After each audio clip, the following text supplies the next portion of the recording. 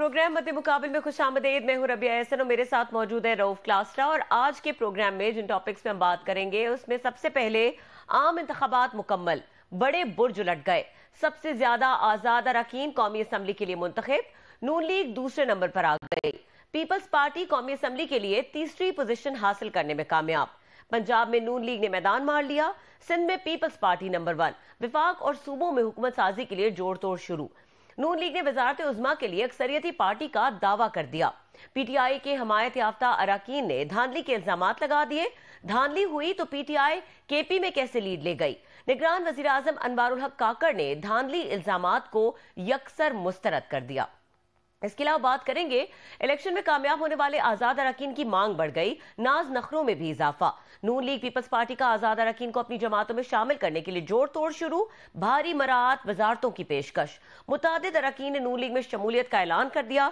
शहबाज शरीफ नून league से वजीर आजम के उम्मीदवार होंगे। ख्वाजा आसिफ का बड़ा बयान, क्या अक्सरियत न मिलने की वजह से नवाज शरीफ को चौथी मरतबा वजीर आजम बनाने का इरादा तब्दील कर लिया गया। इसके अलावा बात करेंगे इस्तेहकाम में पाकिस्तान पार्टी के सरबराह जहांगीर तरीन तमाम सीटों से हार गए, साथ देने वालों का शुक्रिया। तरीन ने पार्टी पोजीशन सियासत छोड़ने का ऐलान कर दिया। सिराजुल हक भी जमात इस्लामी की इमारत से मुस्ताफी। तरीन ने अचानक सियासत क्यों छोड़ी, इस अहम सवाल का आज जवाब जानने की कोशिश करेंगे आज के इस प्रोग्राम में। और हमारे साथ मौजूद है सीनियर सियासतदान रहनुमा IPP इसाक खाकवानी साहब, उनको वेलकम करेंगे। अस्सलाम वालेकुम इसाक खाकवानी साहब। वालेकुम अस्सलाम बीबी। बहुत शुक्रिया इसाक खाकवानी साहब। इलेक्शन के बाद आपसे बात हो रही है, फाइनली इलेक्शंस हो गए। 4 दिन से एक केओस है जो हम देख रहे हैं, एक नंबर गेम चल रही है, धांधली नो धांधली, जीत हार, जीतते जीतते हार, एक सिचुएशन है जो बनी हुई है। कैसे देख रहे हैं इन इलेक्शंस को? मोस्टली इलेक्शन का जो वजह है ना उसको होल्ड करने की कि मुल्क में एक इस्तेहकाम होगा और लोगों की जो वाबस्तगी है वो सामने जाहिर हो जाएगी कि वो किसके साथ हैं, किसके खिलाफ है।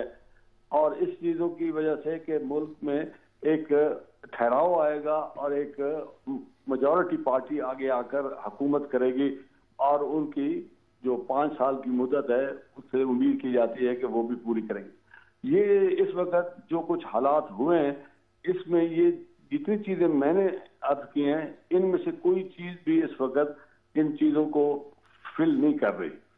ना ही किसी को पता है कि ये 5 साल हुकूमत चलेगी, ना ही किसी को पता है कि ये इलेक्शन किस तरीके से हुआ है, इसका सही है, इसके अंदर लोगों के कई सवालिया निशान हैं। इसके ऊपर इलेक्शन के पहले के भी, इलेक्शन डे के बाद भी, और सारी चीजों पे वो मुझे वो चीज नजर नहीं आती कि ये इलेक्शन रिजॉल्व करता है काम और मुल्क के मसाइल को। यहाँ रेजोल्यूशन की बजाय मुझे तो कुछ इसमें नजर आता है कि ये थोड़ा सा रेजोल्यूशन से दूर हैं। और अल्लाह ना करे हमारे मुल्क में कोई इस किस्म की, मैं अल्लाह करे मेरा तजिया गलत हो और मैं ये सोचता हूँ कि ये चीजें जो ठीक होनी चाहिए थी उस तरीके से नहीं हुआ। इसमें इलेक्शन होल्ड करने का तरीका भी कुछ अंडर क्वेश्चन मार्क है और इलेक्शन डे के अंदर भी बहुत सारे सवालात हैं।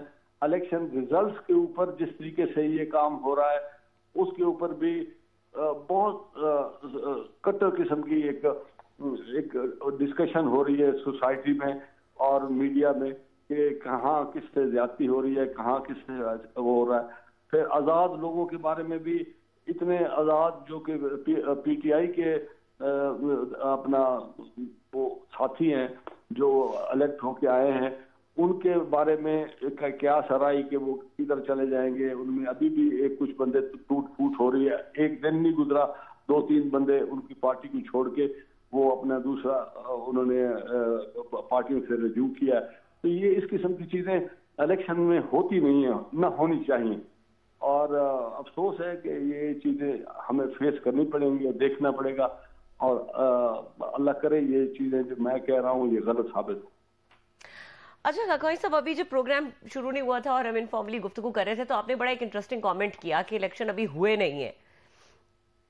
हुए नहीं, मुकम्मल नहीं हुए, मतलब कुछ रहते हैं, मेरा ख्याल है इस तरह की बात की। जी मैं इसमें ये देखे ना, इसकी मेरा कहने का मकसद ये था कि ये इलेक्शन डे के बाद इलेक्शन चीजें खत्म हो जाती है ना। 8 तारीख को इलेक्शन हुआ, 9 तारीख की दोपहर तक लोगों को पता लग जाता है कि कौन किसके साथ है, किसकी पार्टी की क्या पोजीशन है, और अगर कोई मसला है भी सही कहीं तो वो 2-4 सीटों पर कोई होता है कि भाई वहां अभी तक झगड़ा चल रहा है। यहाँ इस वक्त 80-90 आदमी आजाद हों और उनकी एक जगह से दूसरी जगह मुंतकिली की खबरें आ रही हों, और कोई अपना ग्राफ किसी का बढ़ रहा है, किसी का कम हो रहा है, तो ये इलेक्शन खत्म तो नहीं हुआ। तो कौन सारा दिन यही सोचती है कि कौन हुकूमत करेगा, कौन बनाएगा, और ये आजाद बंदों का क्या स्टेटस होगा। ये तो पीटीआई के लोग हैं, ये पीटीआई में कैसे क्यों नहीं जा सकते, इनकी फिर लेडीज की सीटों पर और अपना दूसरा जो लोग हैं क्या कहते हैं उनकी सीटें हैं, वो भी अभी तक नहीं पता कि किसको किस तरह ये बांटा जाएगा। और मतलब is still many questions which are being raised every level. कोई रेजोल्यूशन की तरफ जो चीज होनी चाहिए थी वो मुझे मेरे ख्याल में उसमें काफी कमी रह गई है। और इलेक्शन कमीशन का ऊपर भी बहुत सारे सवाल आ रहे हैं। उनके जो रिटर्निंग अफसर थे, उनके जो प्रिजाइडिंग ऑफिसर थे, उनके बारे में बड़ी शिकायत आ रही हैं कि उन्होंने बहुत किया है। तो इस किस्म के देखें ना, 30% तो लेडीज सीटें हैं, और अपना वो जो दूसरे अकलियतों की सीटें हैं उसके बारे में कैसे फैसला होगा, ये आजाद कैसे काउंट होंगे। कई आजाद लोगों ने अपने तमाम कागजात में लिखा है कि वो पाकिस्तान तहरीक इंसाफ के मेंबर हैं। अब उनको कहेंगे कि नहीं, तुम तो आजाद थे मगर तुम्हें सिंबल तो आपने सजा दे दी उनको, पार्टी को, उनको सजा मिल गई, मगर उनका हक जो है जिस पार्टी के साथ वो मुंसलिक है वो तो आप नहीं छीन सकते। अब इसके ऊपर एक डिबेट चल रही है, और ये वो कह रहे हैं कि लोग अदालतों में जाएंगे, फिर वहां से अदालतों से फैसला होगा कि जी एक आदमी तहरीक इंसाफ का नाम लिखता है कि मैं उसका उम्मीदवार हूँ, और आप उसको निशान कोई और देते हैं, तो आप क्या उसकी आइडेंटिटी भी छीन लेंगे सजा के साथ। तो सजा तो एक मकसद के लिए था कि उन्होंने अपना इलेक्शन नहीं कराया था। अच्छा जी, वो इलेक्शन नहीं हुआ तो आपने उनको सजा दे दी, उनका सिंबल ले लिया, मगर आप उनकी पार्टी की हैसियत कैसे खत्म कर सकते हैं। और ये एक नेचुरल क्वेश्चन आएगा अदालतों में, और लोग इसके ऊपर बात करेंगे। आपने तो फिर इंतशार फैला दिया ना जनाब, आपने इलेक्शन का रिजल्ट के ऊपर भी सवालिया निशान है, लोगों की वाबस्तगी के ऊपर भी निशान है। क्या 80-90 आदमी कोई कम है पाकिस्तान में जो इस वक्त इलेक्शन में अभी इधर उधर फिर रहे हैं कि जी किधर जाए, क्या वो कीमतें लगवा रहे हैं। तो क्या ये मुल्क के लिए अच्छी खबर है कि लोगों को इस वक्त एंटाइज किया जा रहा है और उनके सौदा हो रहा है कि जी आप इधर आ जाएं तो हम आपको ये दे देंगे, वो आ जाएगा उधर चला जाएगा तो उसको वजारत मिल जाएगी, उसको पैसे दे देंगे। ये इलेक्शन इस तरीके से जनरल इलेक्शन 5 साल के बाद अगर हो रहा है तो अपनी मुद्दत के बाद हो रहा है, जिसको मुद्दत तो उसकी कहीं खत्म हो गई। इंटरिम गवर्नमेंट के ऊपर भी सवाल है, वो क्वेश्चन आंसर कर रहे हैं। इलेक्शन कमीशन के ऊपर भी सवाल आ रहे हैं यदि वो उनकी क्या मसले थे क्या। तो अच्छा खान साहब, आपने बड़ा तफसील से बड़े अच्छे तरीके से सारी चीजें बताई हैं जो लोगों के जहनों में इस वक्त इरिटेट हो रही, इचिंग हैं सारी। वो बात आपने की बड़ी अहम थी कि 6 साल बाद इलेक्शन हो रहे थे पाकिस्तान में तकरीबन ऑलमोस्ट, तो 6 साल बाद ये तवक्को की जा रही थी कि ये जितने बड़े क्राइसिस में हम ये फंसे हुए थे पिछले 3-4 साल से, 2 साल से स्पेशली, ये इलेक्शन होंगे और हमें कोई एक क्लियर कोई उसमें पिक्चर नजर आएगी। आपको याद हो तो हो, मुझे तो नहीं याद मेरी लिविंग मेमोरी में कि कभी इतनी बड़ी तादाद में आज़ाद जो है 100 से ज्यादा वो जीत जाए, जिनकी पार्टी से भी ज्यादा वोट हो जाए। तो इस तरह का जो फिनोमिनन हुआ है सर, ये असेंबली या हुकूमतें आने वाली कितनी आपको स्टेबल लग रही हैं? ये तो ज्यादा मुझे लगता है सोसाइटी में अनरेस्ट होगा, ज्यादा रिजेंटमेंट होगी, ऑलरेडी पोलराइज्ड एक सोसाइटी है। तो मतलब वो क्या, आई एम स्केयर्ड कि जो आने वाले दिन है, आपको लग रहा है कि स्टेबिलिटी विल कम? कैसे भाई साहब, उसकी अगर लोगों की खरीद और फरोख्त हो रही है, क्या दोनों लोग अपनी इज्जत गंवा नहीं रहे? जो पार्टी खरीद रही है उसकी भी इज्जत खत्म होगी। जो आदमी जा रहा है अपनी पार्टी को छोड़ के, जिसकी बुनियाद पे वो इलेक्शन लड़ाया और जिसकी वजह से उसको घर सोते हुए लोगों ने जगा के कहा कि तुम बन गए हो मेंबर, और इतनी तादाद में बन गए हो कि तुम्हारे मुकाबले में तुम आज तक काउंसलर भी नहीं बने थे, तुम आज बन गए हो। तो वो लोगों को क्या कहेगा कि मैं अब अपनी पार्टी छोड़ के दूसरी पार्टी में जा रहा हूँ, क्योंकि उनके साथ मेरी वाबस्तगी का कोई वजह भी नहीं है, मैं उनके साथ जा रहा हूँ फॉर किस रीजन से, कि मैं चूंकि हुकूमत का हिस्सा बनना चाहता हूँ। ये चीजें आज नहीं, कल नहीं, साल के बाद ये फिर आपको एक जिन की तरह आपके मुंह पर सामने खड़े होकर लोग बात करेंगे इसके ऊपर। इस वक्त चुप कर जाएंगे, उनके हालात ऐसे हैं लोगों के। किसी ने नहीं पता लगने दिया कि किस तादाद में लोग निकले हैं। उन्होंने जाकर एक पार्टी को, जिसको लोग समझते थे कि वो अपना चीजें खत्म हो चुकी हैं, उनके सारा कुछ उनका खत्म हो गया है, उनके लीडर जेलों में है, उनके बंदे लीडर है, तो वो उनको क्या कहेंगे 6 महीने के बाद, साल के बाद? और क्या वो फिर आपका ये जो वोट बैंक है, ये आप इसको ये डिसिपेट हो जाएगा, ये खत्म हो जाएगा ये वोट बैंक? वैसे खान साहब आप इस हक में हैं कि खड़े हो गए लोग, आप इस हक में हैं, मेहरबानी करके लोग समझे कि उन्होंने खामोश रेवोल्यूशन ले आया है पाकिस्तान में वोट के जरिए, मतलब वही वाली बात के वोट के जरिए। आप क्या समझते हैं कि अगर नवाज शरीफ साहब जो हैं या उनकी पार्टी है साहब, ऑलरेडी उन पे बिगर रिस्पॉन्सिबिलिटी तो उन दोनों पे आती है, नवाज शरीफ साहब पे, जरदारी साहब पे, कि इस पॉलिटिकल क्राइसिस में, क्योंकि वो सीनियर हैं इस वक्त सबसे ज्यादा, खान साहब तो चलो जेल में बैठे हुए हैं, तो उन्होंने ये कैसे चीजें एक्सेप्ट कर रहे हैं नोइंगली कि हम जिस तरह का मैंडेट लेने की कोशिश कर रहे हैं कि आज़ाद को मिलाया जा रहा है, कहीं से दबाव डलवाया जा रहा है, कहीं पे बार्गेन्स हो रही हैं, डील्स हो रहे हैं। ठीक है, सियासत में जोड़ तोड़ अपनी जगह पे होते हैं, लेकिन ये तो ऑब्वियस है कि ये आज़ाद लोग हैं जिनको अगर अपने साथ मिलाया जा रहा है, तो ये कितनी इन पर जिम्मेदारी नहीं थी कि ये थोड़ा टेस्ट करते, या वो भी उसमें एक तरह का मेरा ख्याल में सियासत और सियासतदानों की तरफ बदनाम किया जा रहा है और खुद इसमें वो हिस्सा डाल रहे हैं खैर से, कि लोगों का ईमान नहीं उठ जाए, छोड़ो यार ये सियासत क्या होती है, सियासतदान क्या होते हैं, कि इस पूरे सिस्टम ऑफ डेमोक्रेसी को, पॉलिटिक्स को इतना डिसक्रेडिट किया जाए, इतना इसको डिसरिप्यूट किया जाए कि लोग इससे मुतफिर हो जाएं। तो ये तो ज्यादा हिस्सा तो इनका बनता है, ये दो जो बड़े हैं एल्डर हैं। मैं आपके ये लास्ट जो आपका एनालिसिस है, आखिर में जो आपने 4-5 जुमले कहे, मैं इससे आपका मुत्तफिक हूँ सर, कि ये हजरात जिनका आप नाम ले रहे हैं कि ये बड़े लीडर हैं, इनका तो शिराजा बिखर गया है, नजर आ गई है लोगों को कि इसका क्या हुआ है। उनका तो लोगों ने अपना जो जमहूरी हक के साथ शो किया है कि मैं आजाद आदमी को वोट दे रहा हूं, मैं पार्टी को नहीं दे रहा, किसी पार्टी को। तो ये पार्टी उस वोट से तो महरूम हो गए ना जनाब। तो अगर एक 90 आदमी वो और जिनके 15-20 आदमियों का वो आपने कैंसिल किए हैं और उनके वोट का अपना रिजल्ट तब्दील किया है, उनको मिला ले तो 115-20 आदमी बन जाते हैं, जिनका इस वक्त इन दोनों बड़ी पार्टियों के साथ उनका कोई इलाक नहीं है।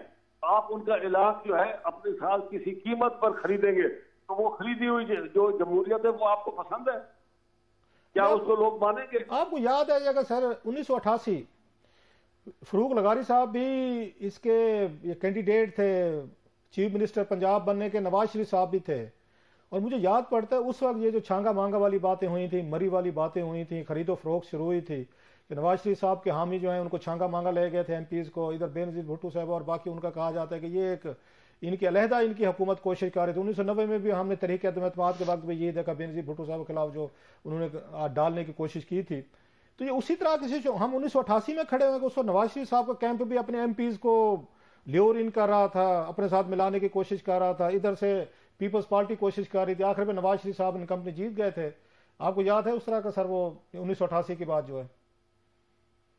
साहब 75 साल में जितनी दफा इलेक्शन हो चुके हैं, 13वां या 14वां इलेक्शन है, 14 इलेक्शन के बाद 75 ईयर्स के बाद आज जमहूरियत कोई जड़ नहीं अपना कायम कर सकी, रूट्स नहीं कायम कर सकी है पाकिस्तान में। आप और मैं इस वक्त बैठकर उसके ऊपर जो तंज और तजिया कर रहे हैं, हम इससे मुत्तफिक हैं कि ये आदमी कभी सुना है 120 आदमी खड़ा होकर आजाद बंदों को वोट दे दे? ये तो नफी है जमहूरियत की भाई साहब, कि उन्होंने इन पार्टियों को समझा ही कुछ नहीं है जिनके लिए आप दौड़ कर रहे थे, और आपने 2-3 महीने से ये भाग दौड़ लगी हुई थी। आखिरी महीना तो खैर इलेक्शन का था, और उससे पहले जो मुल्क में अफरा तफरी चल रही थी और उसके जो असरात आ रहे थे, ये क्या आप इससे मुत्तफिक है कि मुल्क में जमहूरियत और रिवायतें कायम हो रही हैं? बल्कि जो नई रिवायतें जन्म ले रही हैं, ये तो आपको नुकसान देगी जनाब, जो आप मर्जी कर रहे हैं। और जिन्होंने ये चीज समझी नहीं है उनको नजर आ जाएगा। और ये हमारा इसका उम्र के हिसाब से हम चाहे उस उर्दू पे नहीं है, मगर हमारा तजर्बा तो इनमें से किसी से कम नहीं है। खान साहब आपको लगता है कि आपका फैसला ठीक था? में जितने बंदे हैं, जितने बंदे बाकी इदारों में, उनसे हमारे से वो ज्यादा अक्लमंद तो नहीं है। अच्छा सर, ये बताइएगा, आपको लगता है कि आपका जो फैसला था विहाड़ी से, इलेक्शन पहले आपने कागजात जमा कराए आईपीपी के प्लेटफॉर्म से, फिर आपने विदड्रॉ कर लिए, तो ये आपका ख्याल है ठीक फैसला था कि आप इस कंट्रोवर्सी से बचे हैं? या आपका आईपीपी बनाना, जैसे आज जहांगीर तरीन साहब में भी आगे बात करता हूं, आपको फील होता है कि ये आपका सही फैसला था या गलत फैसला था, आपको इसमें पढ़ने नहीं चाहिए था, जिस तरह के इलेक्शन हो रहे थे, जिस तरह की पॉलिटिक्स हो रही थी? मैंने पूरे अपने खानदान में, अपने घर में, अपनी बीवी से, अपने बच्चों से कोई मशवरा नहीं किया जब मैंने कागज वापस लिए। अच्छा। और आज सब कह रहे हैं कि तुमने सही काम किया। मुझे पाकिस्तान एक पंजाब के बहुत बड़े सीनियर रहनुमा ने खुद फोन करके कहा, खान यार तुमने तो अच्छा फैसला किया, आई विश हम भी यही करते। तो आपने क्या किया सर? मतलब आपके पास क्या किसी का भी नहीं है तजर्बा। आपने क्या सोच, खुद कहा खान साहब आपने क्या सोच के फैसला किया जो अब आपको जस्टिफाई आपकी फैमिली या दोस्तों को लग रहा है? आपके जहन में क्या था उस वक्त? तो ऐसे हालात नहीं थे उस वक्त, तो लग रहा था कि जीतेंगे जनाब के यहाँ पे ये प्रो एस्टैब्लिशमेंट पार्टीज। मैं कहूँ उस वक्त एक चीज में अभाम था कि शायद पीटीआई का वोट बैंक जो है वो खत्म हो गया है, लोगों को ख्याल था। मेरे मेरे दिमाग में नहीं था। मैं जानता हूं कि ये जो वोटर है ये चुप हो गया है, ये खत्म नहीं हुआ, नंबर 1। अच्छा, और ये चीज हमने पहले भी कई दफा देखी हुई है। 70 का इलेक्शन हमने खुद अपने अंकल के लिए और अपने बड़े भाई साहब के लिए लड़ा। उस वक्त भी किसी का नहीं पता लग रहा था कि ये किस तरफ जा रहे हैं। और जब रात को डब्बे भरे तो उस वक्त तमाम चीजें जो उस वक्त इलेक्शन में आजकल मौजूद है उस वक्त मौजूद भी नहीं थी। लोगों ने बड़ा अपना अकल और जहन का नमूना पेश किया। मतलब आपका ट्विटर नहीं था, आपके ट्विटर नहीं था, सोशल मीडिया नहीं थे, टीवी चैनल्स नहीं थे, टिकटॉक नहीं थे, व्हाट्सएप नहीं था, इसके बावजूद लोगों ने शऊर का मुजाहरा किया भुट्टो साहब की पार्टी को और उधर शेख मुजीबर रहमान साहब को बड़ी तादाद में वोट पड़ा। कलासरा साहब उस वक्त CNI से नहीं था, आपकी कोई पहचान नहीं थी। लोगों के पास पोलिंग स्टेशन पे किसी के पास गाड़ी भी नहीं थी पोलिंग स्टाफ के लिए कि गाड़ी ले आते, वो टांगे में आते, साइकिलों पे आए। रात को बैठने के लिए मोमबत्ती जला के उन्होंने रिजल्ट कंपाइल किया। आप बताएं उस वक्त के हालात, कोई टीवी नहीं था, कोई टेलीफोन नहीं था, कोई मोबाइल फोन नहीं था। रात को रिजल्ट आए, लोगों को घरों में उठा के उन्होंने कहा टीवी पे अपना रेडियो पे तुम्हारा नाम आ रहा है। लोगों ने कहा क्यों मजाक करते हो यार, मेरा नाम कैसे आ सकता है? मैंने तो टांगे पे जाकर अपना वो कैंपेन की थी, तो वो किधर से मेरा नाम आ गया? उन्होंने कहा नहीं फलाना बड़ा खान हार गया, फलाना मखदूम हार गया, फलाना ये हो गया, और वो आम आदमी जो था फलाना जीत गया। तो इस तरह के लोग जीते थे। और आज सारी वसाइल होते हुए आप किसी को वोट डालने में मुश्किलात पेश आ रही हैं, किसी को मसले आ रहे हैं, आपका वोट काउंट सही तरीके नहीं हो रहा, रात को आपका रिजल्ट कुछ और है, सुबह का रिजल्ट कुछ और है। ये मतलब है आप इसकी अचीवमेंट क्या है मुझे समझ आई। Maybe it is smaller number, मगर 110-15 आदमी आजाद लड़े, ये मुल्क में आज तक नहीं हुआ।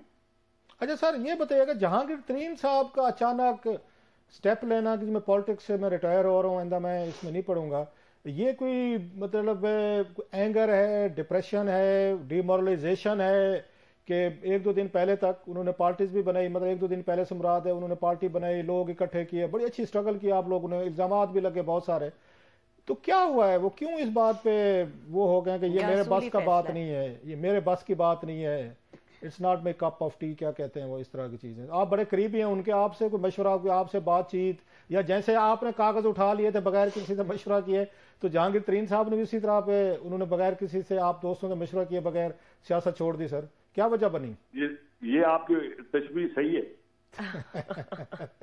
हाँ, उन्होंने मेरे साथ 9 तारीख को जिक्र जरूर किया है कि ये मेरे दिल में ये है, उन्होंने मेरे साथ मशवरा नहीं किया। अच्छा, ये जिक्र और मशवरे में क्या फर्क है सर? मैं उनका एक किस्म का, मुझे वो अपना बड़ा भाई भी कहते हैं, ऐसा ही है, और अपने पार्टी का, और वो एक मशवरा भी कभी करते हैं बहुत सारी चीजों में, और मैं अपना मशवरा देता भी हूँ।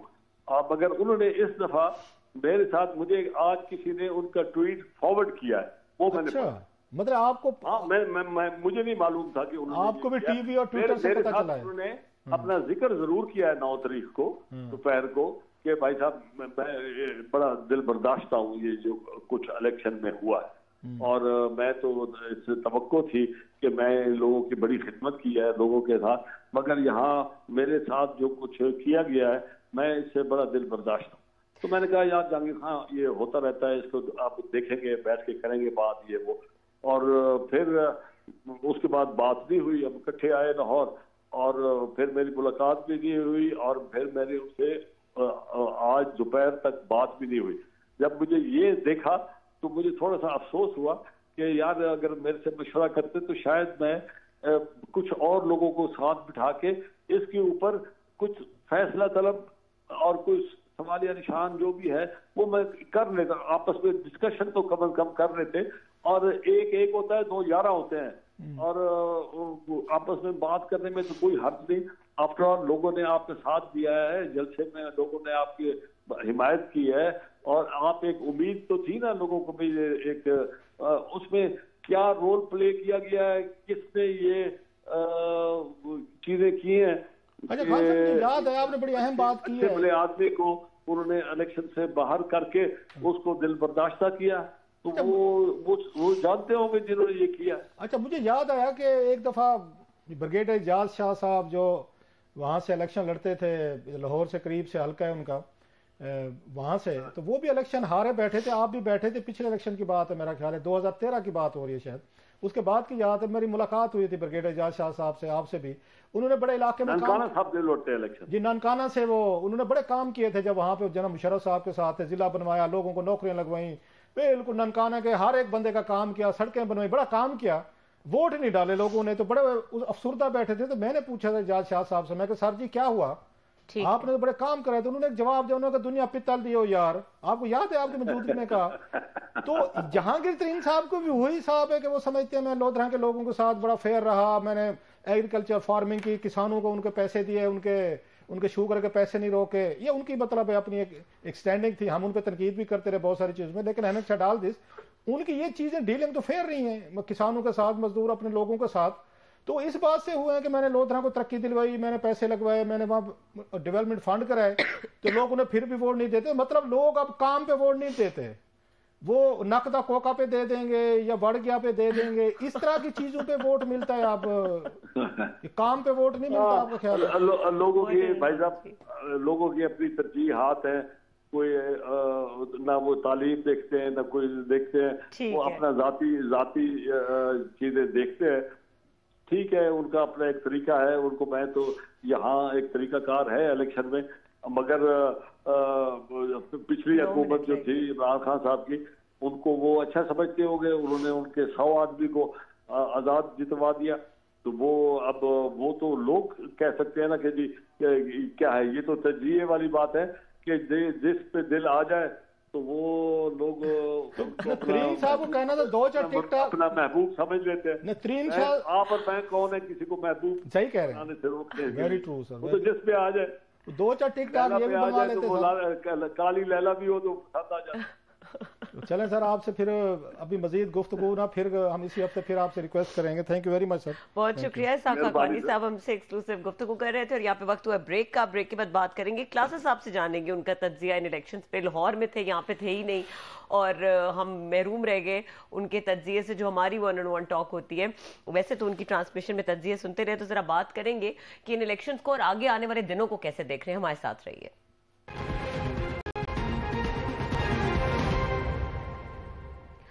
Welcome back. क्लासेस साहब, जिस तरह मैंने ब्रेक से पहले कहा था कि हम बात करेंगे आपस में इलेक्शन की, और खास तौर पे आपसे जानेंगे कि एक तो इस इलेक्शन को आपने किस नजरिए से देखा, और मोस्ट इम्पॉर्टेंटली इस इलेक्शन के बारे में निगरान वजीर आजम काकड़ साहब का आज एक इम्पॉर्टेंट बयान है, और वो ये कहते हैं कि इस इलेक्शन के नतीजे, ये जो केओस पूरा क्रिएट हुआ है और ये जो एक पार्टी को फेवर मिला है इंडिपेंडेंट्स को, वो इससे जो ज़्यादा मिला है कि मीडिया ने बहुत ज़्यादा मिस रिपोर्ट किया और चीज़ों को बहुत अर्ली रिजल्ट्स अनाउंस किए, और तासुर ये देने की कोशिश की गई कि शायद एक पार्टी, मखसूस पार्टी जीत रही है, और वो कलेक्टिवली मीडिया को तनकीद का निशाना बना रहे थे।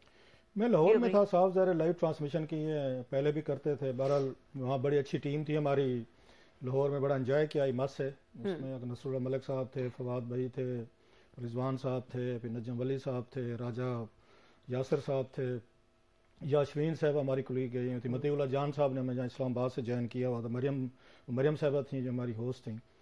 तो वहाँ बैठे हुए थे, तो जब ये आए ना ब्रेक हुई और 4 से 6 बजे हमारा स्टार्ट हुआ ट्रांसमिशन, तो फिर वो 6 बजे ब्रेक है, तो हम 7 बजे गए, तो उन्होंने कहा 6 बजे के बाद अब रिजल्ट जो है ना आप लोग उसमें कर सकते हैं, दे सकते हैं यहाँ पे, उनका कहना था। तो जब ये शुरू हुआ काम, ये रिजल्ट देने वाला 6 बजे के बाद अलाउ किया हुआ था इलेक्शन कमीशन ने। ये गवाह है, मैं जिनका नाम ले रहा हूँ, मतलब नसरुल्लाह मलिक साहब के, रिजवान के, फवाद के, इन तमाम लोग बैठे हुए थे हम सारे। मैंने कहा जनाब ये इलेक्शन कंट्रोवर्शियल हैं आपके, देख लीजिएगा।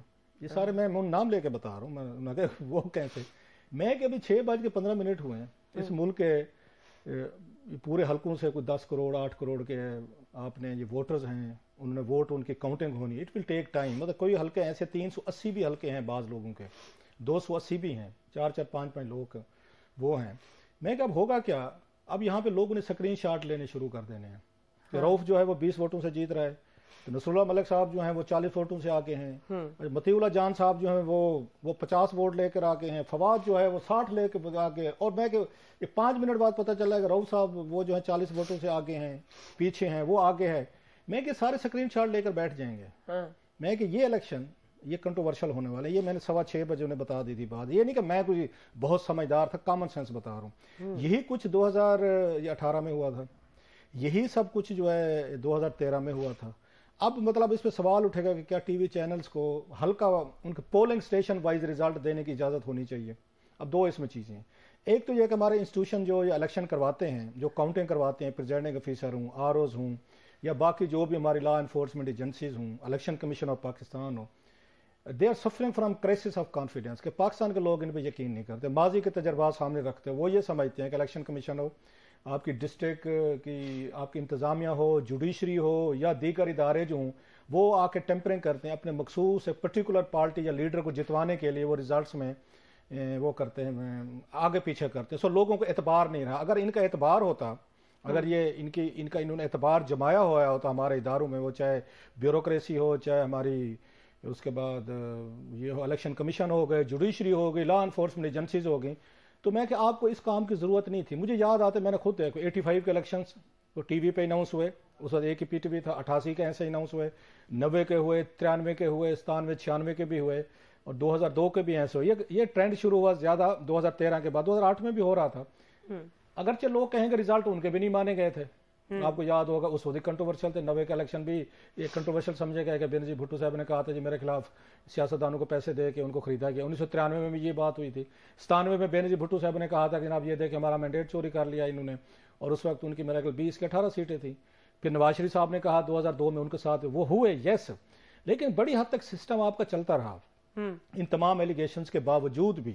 अब ये हो चुका है कि आज का जो रिजल्ट आया है, जैसे अब जिसमें मतलब है कोई 150 या 120-130 लोग आजाद जीत जाएं, इलेक्शन पे क्वेश्चन तो उठेंगे। लोग उस बात को मतलब आपकी पॉलिटिकल पार्टीज किधर गई है, पीपल्स पार्टी किधर गई है, आपकी नवाज लीग किधर गई है, PTI को चुनाव मैदान से उड़ा कर रख दिया ना। हुआ ये है कि लोगों ने वो इंतजार नहीं किया कि इलेक्शन कमीशन क्या बताएगा। मेरी राय थी, आई मे बी रॉन्ग, लेकिन वही क्राइसिस ऑफ कॉन्फिडेंस का प्रॉब्लम है कि लोग यकीन नहीं करते।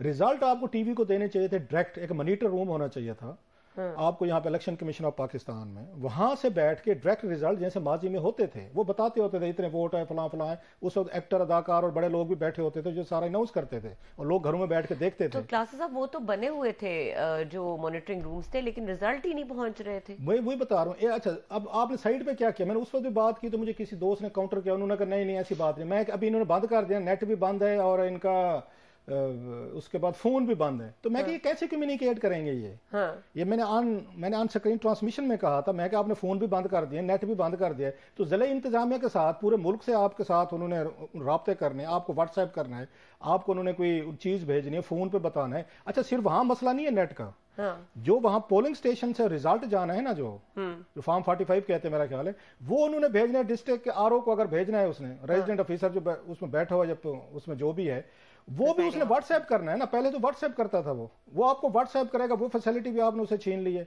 अब वो फिजिकली तौर पर लेकर जाए, वो जिले से अगर दूर बैठा हुआ है वो जाए, लेकर जाए। अब सारे प्रोसेस ने, जो छोटे छोटे स्टेशन थे करीब थे किसी जिले के, उन्होंने तो कर लिया। मैं 200 का आपका पोलिंग स्टेशन है, 50-60 लोगों ने तो कर दिए होंगे। वाट अबाउट जो 150 लोग हैं? सो आपने सारा इस पर नेट बंद करके, आपने फोन बंद करके, और उसके बाद आपने टीवी चैनल्स को खुला छोड़ दिया। और रात के 3 बजे तक बंद रहा नेट, ये भी एक बहुत बड़ा सवाल लास्ट टाइम भी ये कुछ हुआ था। लास्ट टाइम वही वाले, अच्छा लोग कहते हैं लास्ट टाइम का जिक्र ना करें, तो भाई ये प्रैक्टिस पुरानी है। 2018 में आपने आरटीएस का नाम, आपने कहा जी आरटीएस बैठ गया था। अब आपने समझदार लोगों ने बैठ के जनाब नेट और ये टेलीफोन बिठा दिया। जो बात वहां से शुरू कर रहे हैं मीडिया से, फिर आप इतने बड़े वो थे, आपको बड़ा मतलब समझदार लोग थे, अगर आप मीडिया मालकान को बुला के उनको ये कह सकते हैं कि इमरान खान की तस्वीर और नाम नहीं चलेगा, आपने अपनी बात पे अमल करवाया ना, ठीक है, तो फिर ये भी अमल करवा लेते। इन मीडिया चैनल्स को कह देते कि रात को 2 बजे से पहले आप रिजल्ट नहीं देने, लेकिन उससे पहले, ठीक है, क्लास ऑफ ब्रेक लेनी है कोई लेने में उससे पहले वाला क्या करना चाहिए था, उस पर बात करते हैं। ठीक है, वापस इस डिस्कशन को यहीं से कंटिन्यू करेंगे, हमारे साथ रहिए।